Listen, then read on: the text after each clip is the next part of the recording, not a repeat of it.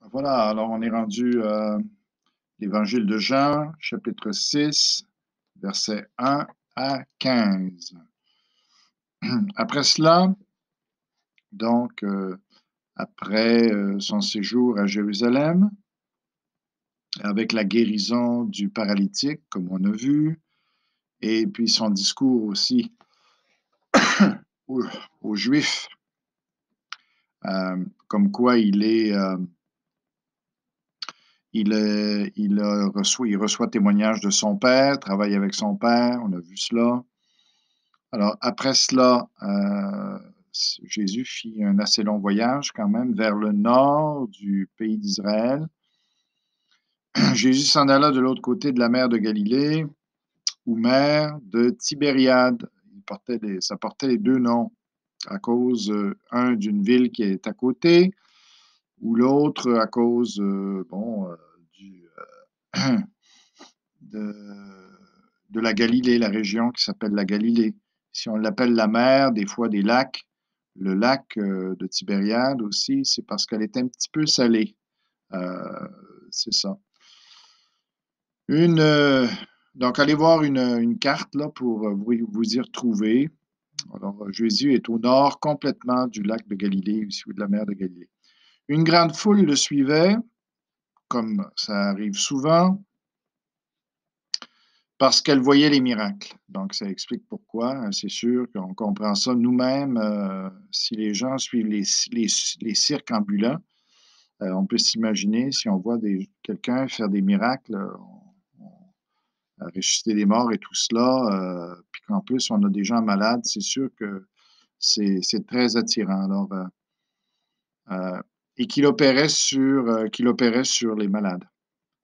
Jésus monta sur la montagne et là, il s'assit avec ses disciples. Période d'enseignement, normalement, les enseignants, en ce temps-là, faisaient comme cela. Or, la Pâque, la fête des Juifs était proche. Ça, c'est la fête la plus importante en Israël. Pourquoi? Parce que la Pâque, c'est quand Moïse a fait sortir le peuple juif d'Égypte sous la persécution des Égyptiens. Alors, depuis ce temps-là, on célèbre cette délivrance-là, cette, c'est ça, cette liberté-là. Alors, la Pâque, c'est extrêmement important pour le peuple juif, ça l'est toujours d'ailleurs. C'est ça. Alors, ici, c'est un repère qui est donné, un repère chronologique là, qui est donné, que Jean nous donne.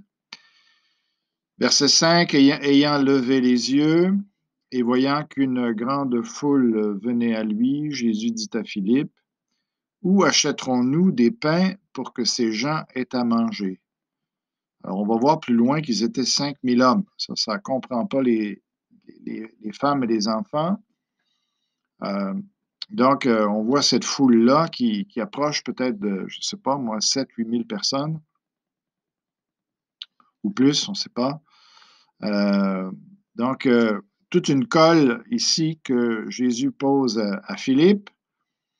On va voir s'il a compris qui est Jésus, que pour Jésus, il n'y a pas de limite, ou bien s'il va regarder en fonction du raisonnement humain. Alors, on va voir. Alors, il disait cela pour l'éprouver, alors pour éprouver sa foi, car il savait ce qu'il allait faire. Philippe lui répondit, les pains qu'on aurait pour 200 deniers ne suffiraient pas pour que chacun en reçoive un peu. Et il avait tout à fait raison. Bon, 200 deniers, un denier, c'est le salaire normal, OK, moyen, d'un ouvrier en Israël à ce moment-là. Donc, un denier par jour. OK, ça, c'est le salaire d'un ouvrier. Alors, 200 deniers, ici, on parle de 200 jours de paye, ce qui est le total de l'argent qui était dans la possession des apôtres. Et les apôtres, il y avait des gens qui étaient avec eux, des femmes qui étaient avec eux. Judas était leur trésorier et il y avait une bourse. Alors, probablement que Philippe ici a donné le montant qui était dans la bourse à ce moment-là pour leurs besoins, leur subsistance.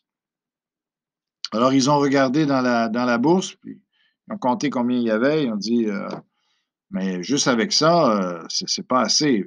Je le comprends parce que si vous prenez un denier par jour, et mettons qu'on donnerait un chiffre d'un dixième de cela servait à acheter du pain, là, normalement, dans toutes les dépenses qu'on a dans la vie, bien, mettons qu'on donnerait un chiffre un peu fictif, qu'un dixième de leur revenu du jour allait pour acheter du pain. Alors, ça fait quoi? Bien, ils en auraient eu pour 200 deniers, ils en auraient eu pour environ 2000 personnes. Et là, ils sont 4 fois plus peut-être que ça. Alors, on comprend qu'ici, Philippe, après un calcul rapide, dit ça ne suffirait pas pour que chacun en reçoive un peu. Et il avait tout à fait raison.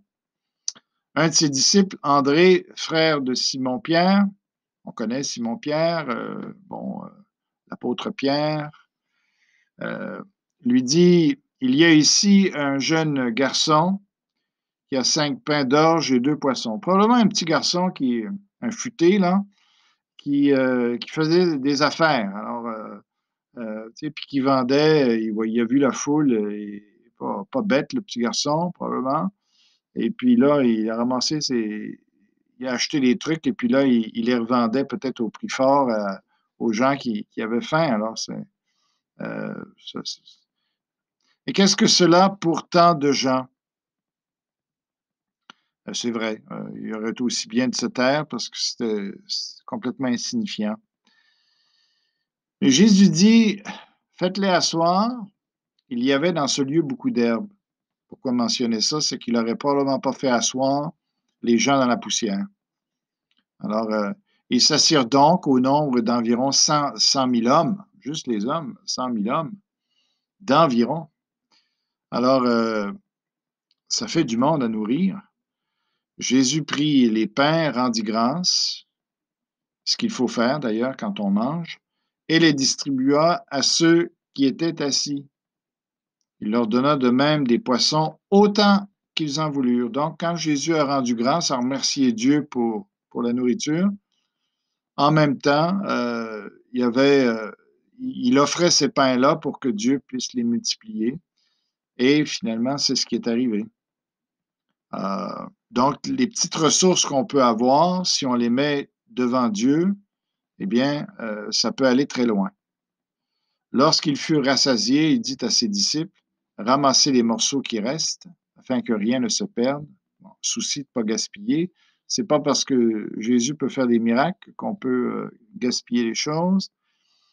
Ils les ramassèrent donc et ils remplirent 12 paniers. Pourquoi 12 paniers? Bien, Dieu a voulu que chaque apôtre ait son panier, finalement, pour qu'ils puissent constater, dire, wow, on n'a jamais pensé qu'on aurait pu nourrir cette foule-là et finalement, on se ramasse avec plus de pain qu'on n'en a jamais eu. Alors, ça leur permet de réfléchir, de dire, voyez-vous la grandeur de Dieu, voyez-vous la grandeur de Jésus, pour qu'ils arrêtent de s'inquiéter aussi de leurs besoins de tous les jours. Et ils remplirent 12 paniers avec les morceaux qui restèrent des 5 pains d'orge après que tous eurent mangé. C'est incroyable quand on y pense, ce que Dieu est capable de faire avec la population mondiale, avec les besoins qu'on peut avoir. Bon. Mais il s'agit d'en parler à Dieu, puis de remercier Dieu pour ce qu'il va faire. Ces gens, ayant vu le miracle que Jésus avait fait, disaient, celui-ci est vraiment le prophète. Ils font référence à une prophétie qui avait été donnée dans l'Ancien Testament, qu'il y a un prophète comme Moïse qui viendrait. Alors, ils font référence à cette prophétie-là, eux autres. Celui qui est vraiment le prophète, ça se trouve dans le livre de Deutéronome, qui doit venir dans le monde. Et Jésus, sachant qu'ils allaient venir l'enlever pour le faire roi, parce que c'est ça que les Juifs voulaient, un roi qui allait les libérer des Romains, puis qu'ils allaient enfin pouvoir régner sur la terre, parce que c'est ça que Dieu leur a promis. Alors, ils ont pensé là, vraiment que Jésus était le Messie, puis qu'il fallait le faire roi. Mais ce n'était pas ce que Jésus voulait qu'ils comprennent. Il n'est pas venu d'abord pour être roi, il est venu d'abord pour donner sa vie, pour nous sauver. Alors, il n'était pas question qu'il devienne roi tout de suite. sachant qu'ils allaient venir l'enlever pour le faire roi, se retira de nouveau sur la montagne lui seul. Alors, il ne comprenait pas le plan de Dieu pour lui. C'est ça. Ils voyaient que leurs intérêts à eux, mais la première des choses qu'ils avaient besoin, c'est d'être sauvés.